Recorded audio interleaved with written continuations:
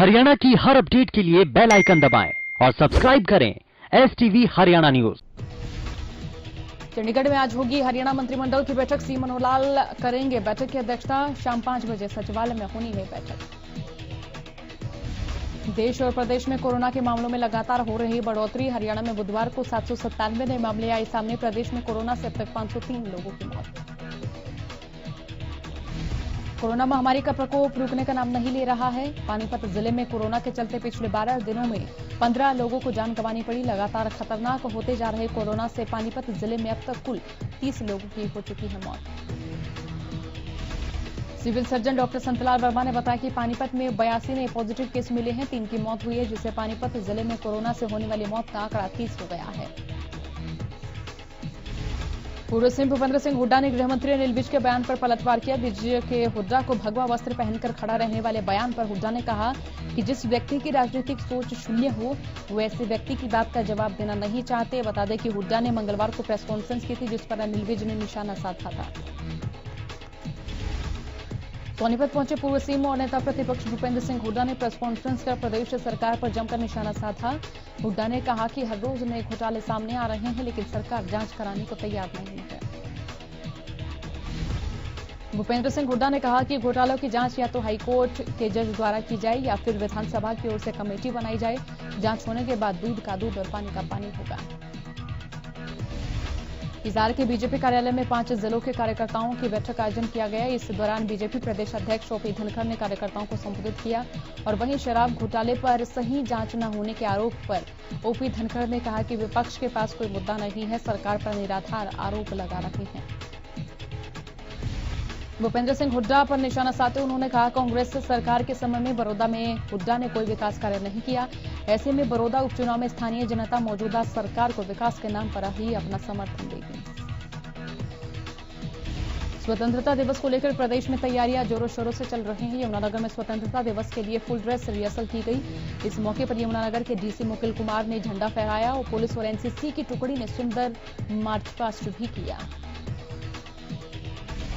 यमुनानगर के डीसी मुकुल कुमार ने बताया कि कोविड-19 के चलते इस बार स्कूली बच्चे इसमें शामिल नहीं हो सकेंगे और न ही सांस्कृतिक कार्यक्रम किए जाएंगे। सोशल डिस्टेंसिंग का पालन करते हुए स्वतंत्रता दिवस मनाया जाएगा। इसमें अंबाला डिविजनल कमिश्नर दीप्ति उमाशंकर मुख्य अतिथि होंगे। स्वतंत्रता दिवस को लेकर फरीदाबाद के पुलिस कमिश्नर ने जिले की पुलिस को हाई अलर्ट पर रहने की हिदायत दी, जिसके चलते हर चौक चौराहों पर पुलिस ट्रैफिक लगातार वाहनों की चेकिंग करती नजर आई, ताकि कोई भी असामाजिक तत्व अपनी गाड़ी में अवैध शराब और हथियार लेकर ना जा सके। हार्डवेयर चौक पर मौजूद ट्रैफिक पुलिस के सब इंस्पेक्टर रोशन लाल ने बताया कि उच्च अधिकारियों के आदेश के चलते स्वतंत्रता दिवस के मद्देनजर हर वाहन की गहनता से जांच की जा रही है। साथ ही गाड़ियों पर लगी ब्लैक स्क्रीन को उतरवाकर उनके चालान भी किए जा रहे हैं। सोनीपत सीआईए पुलिस ने 2 मोस्ट वांटेड आरोपियों को पुलिस मुठभेड़ के दौरान गिरफ्तार करने में कामयाबी हासिल की। एक आरोपी के पैर में गोली भी लगी, जबकि दूसरा आरोपी सही सलामत पकड़ा गया। बताया जा रहा है कि पकड़े गए आरोपियों पर करीब आधा दर्जन वारदातों को अंजाम देने का आरोप है। इनमें से पुलिस ने एक आरोपी पर 25,000 रुपए का नकद इनाम भी घोषित किया है। रेवाड़ी में आवारा पशुओं का आतंक अपने चरम पर है। 2 सांडों की लड़ाई की चपेट में आने से एक स्कूटी सवार की मौत हो गई। घटना रेवाड़ी के बाजार ठठेरा चौक की है, जहां 2 सांडों की लड़ाई में एक युवक की जान चली गई। यह पूरा मामला बाजार में लगे सीसीटीवी में कैद हुआ। बताया जा रहा है कि स्कूटी सवार युवक अपने घर से दुकान की ओर जा रहा था, तभी पुरानी तहसील की ओर से 2 सांड लड़ते हुए आए और तेजी से भागते पंजाबी मार्केट की ओर जाने लगे और इसी बीच स्कूटी सवार युवक एक सांड के सामने आ गया, जिसमें सांड युवक के ऊपर चढ़ता हुआ गुजर गया। चंडीगढ़ में भारतीय किसान यूनियन ने किसानों के लिए नए अध्यादेश का जमकर विरोध किया। इस दौरान भाकियू के प्रदेश अध्यक्ष गुरनाम सिंह चडूनी ने कहा कि वो नया अध्यादेश लागू नहीं होने देंगे, चाहे इसके लिए गोलियां भी खानी पड़े। उन्होंने कहा कि नए अध्यादेश में एमएसपी लिखा जाना चाहिए। कॉन्ट्रैक्ट फार्मिंग भारत में फायदेमंद नहीं है। इस दौरान उन्होंने 15 अगस्त को काला झंडा लगाकर विरोध प्रदर्शन की भी चेतावनी दी। सफीदों के मुआना गांव की छात्राएं स्कूल में एडमिशन के लिए दर-दर की ठोकरें खाने को मजबूर हैं, लेकिन बावजूद इसके ग्राम पंचायत छात्राओं का भविष्य ताक पर रखकर जिद पर अड़ा है। दरअसल छात्राएं गांव के ही राजकीय वरिष्ठ माध्यमिक विद्यालय में एडमिशन लेना चाहती हैं, लेकिन ग्राम पंचायत ये नहीं चाहती। और इसे लेकर छात्राओं का कहना है कि वो इस स्कूल में पढ़ना नहीं चाहती क्योंकि उस स्कूल में टीचर समेत मूलभूत सुविधाओं की कमी है।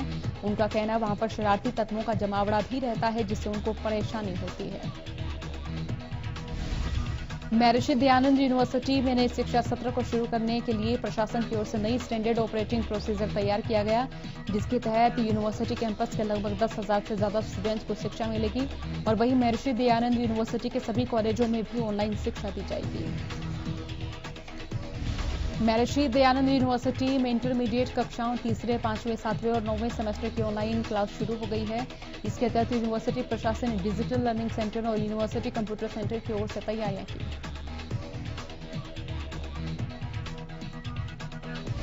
फरीदाबाद पुलिस ने अपने बीट सिस्टम को रिलॉन्च किया है। इस सिस्टम को रिलॉन्च करने के लिए खुद फरीदाबाद के पुलिस कमिश्नर ओपी सिंह सड़क पर उतरे और एनआईटी एक नंबर में जाकर लोगों से मुलाकात के साथ ही निवासियों को इलाके के बीट इंचार्ज से भी मिलवाया। पुलिस कमिश्नर ने बताया कि अब बीट इंचार्ज साइकिल पर अपने इलाके में ड्यूटी करेंगे। उनके मुताबिक गाड़ी से चलने में लोगों से संपर्क नहीं हो पाता, जबकि साइकिल से चलने में न केवल फिटनेस बनी रहेगी बल्कि लोगों से सीधा संपर्क भी बना रहेगा और उनकी समस्याएं भी जान सकेंगे।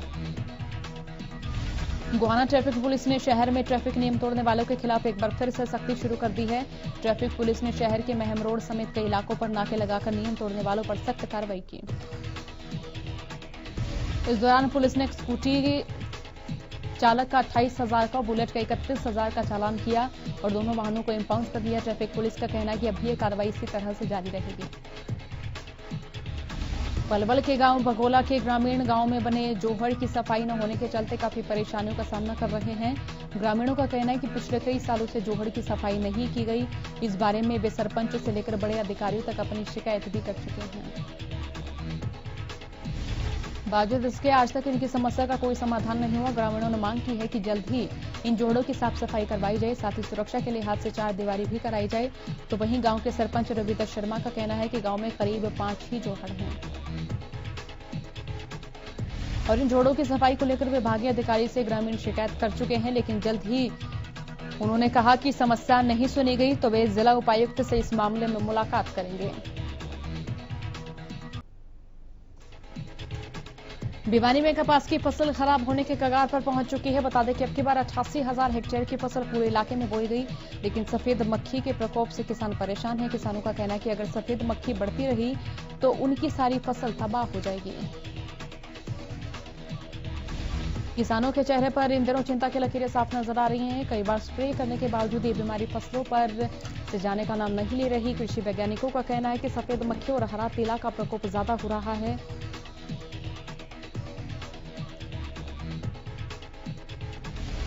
यमुनानगर में नशे के लिए चैन स्नैचिंग करने वाले 2 युवकों को पुलिस ने गिरफ्तार किया। बता दें युवक राह चलती महिलाओं को शिकार बनाकर उनके गले से चेन छीन कर फरार हो जाते थे, जिसको लेकर पुलिस ने कई टीमें गठित की, लेकिन अब चेन स्नैचर पुलिस के हाथ नहीं लगे तो मामला डिटेक्टिव स्टाफ को सौंपा और डिटेक्टिव स्टाफ के इंचार्ज जोगिंदर सिंह ने कई टीमों का गठन करके 2 चैन स्नैचिंग करने वाले युवकों को पकड़ने में कामयाबी हासिल की। इन दोनों युवकों ने अभी तक 6 वारदातों का खुलासा किया है और वहीं डिटेक्टिव स्टाफ ने जगाधरी निवासी एक युवक को देसी कट्टे और जिंदा कारतूस के साथ गिरफ्तार किया।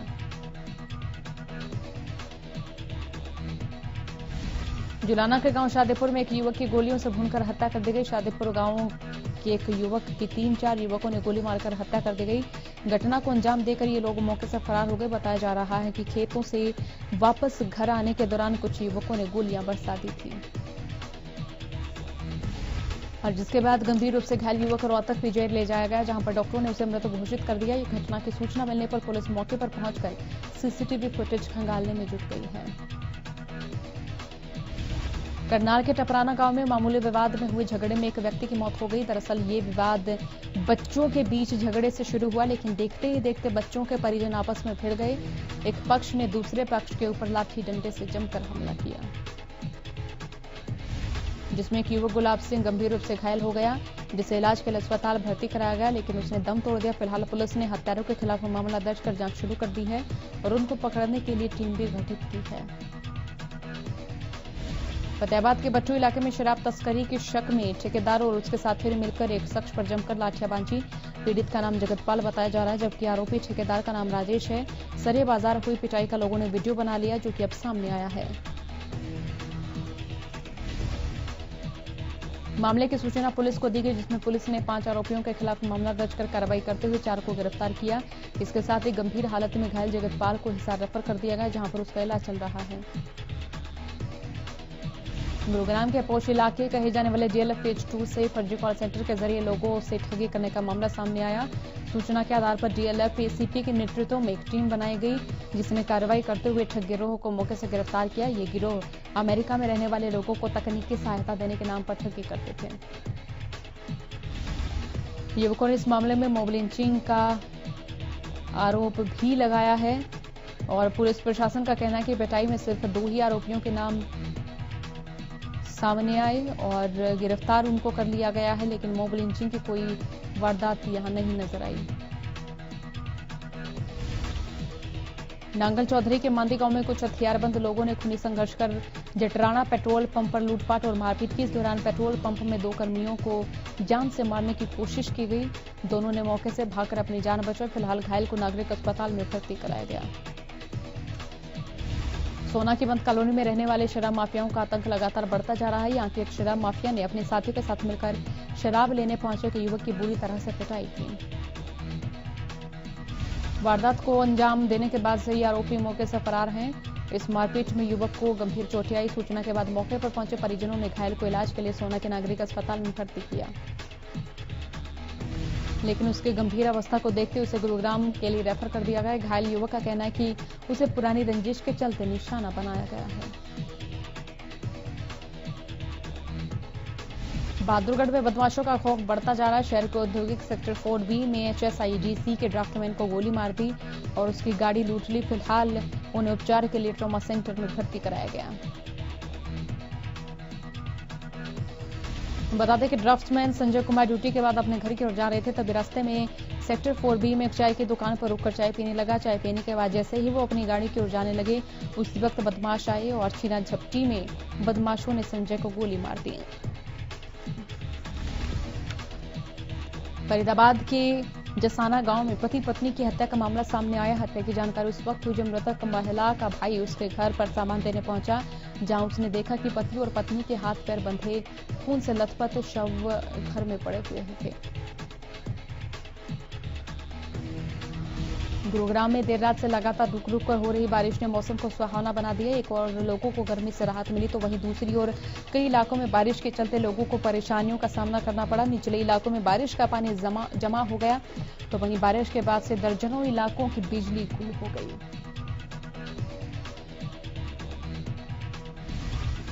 फटाफट हरियाणा में फिलहाल के लिए इतना ही। बने रहिए हरियाणा न्यूज के साथ। नमस्कार।